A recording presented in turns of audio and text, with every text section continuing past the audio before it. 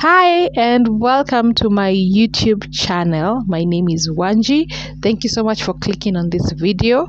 For today's video, we're going to be making a very simple meal and I'm going to be taking you through it and I hope you enjoy.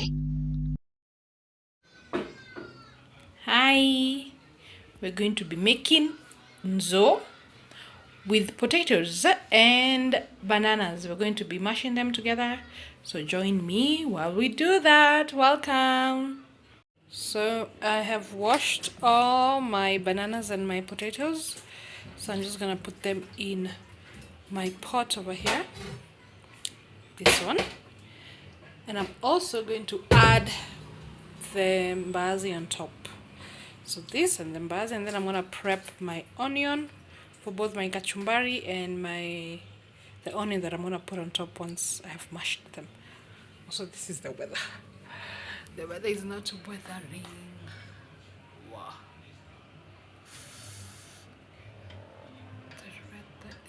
I'm going to prep now. These onions are for my kachumbari and these ones are for what I'm going to pour on top of my food once it's cooked. So let me make the kachumbari and chop up the onion. Then I'll see you after that.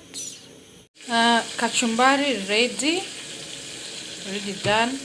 My onions are cooking on the stove and this is also done. So I'm going to mash them. See you after. Final product. I had some cabbage, kachumbari, the mokimo. I'm going to add some chili sauce to the side. So if you have meat, you can have it with meat, chicken, any protein you'd like. I'm going to be having mine with just cabbage and kachumbari. So bye, enjoy if you make it. We have nzo in the fridge. I want to take out. That is still whole nzo. And then I have maize. The maize and the nzo were boiled separately. This is very difficult to do with one hand.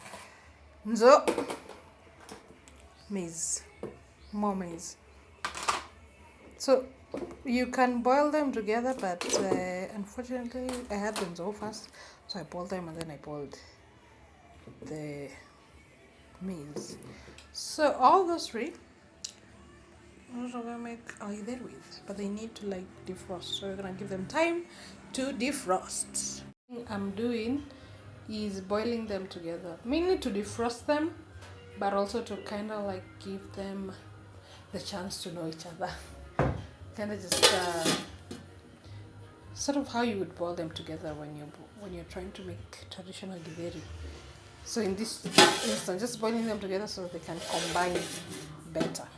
Now this is what we're going to be using to fry our githeri. So just one onion, these leeks that I have, and then I'm gonna add a third tomato.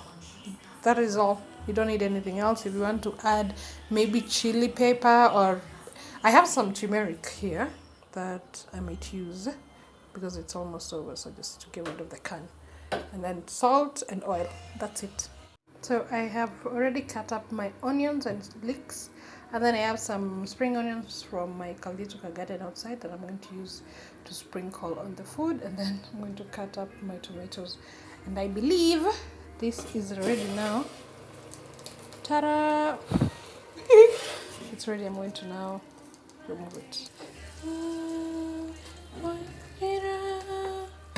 Oil, onions.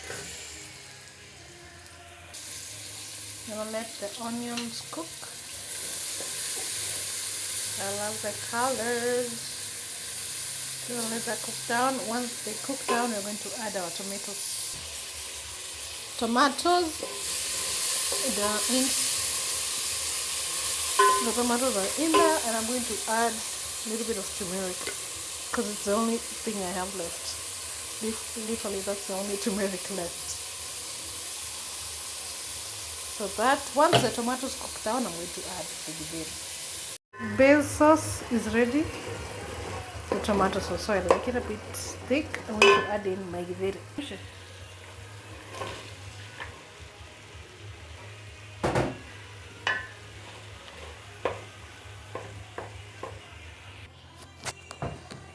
Okay, we're gonna give it a few minutes to boil and then we can eat.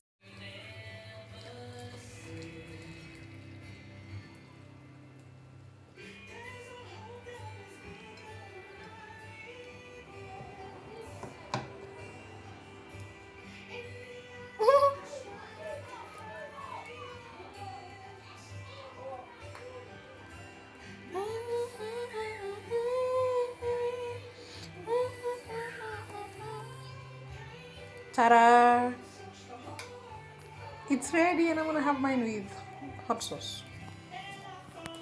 So make this recipe and enjoy. Bye!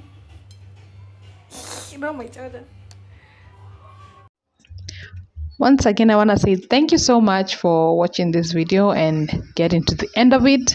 These are the two main ways in which I make my mbaazi, as a githeri and as a mokimo.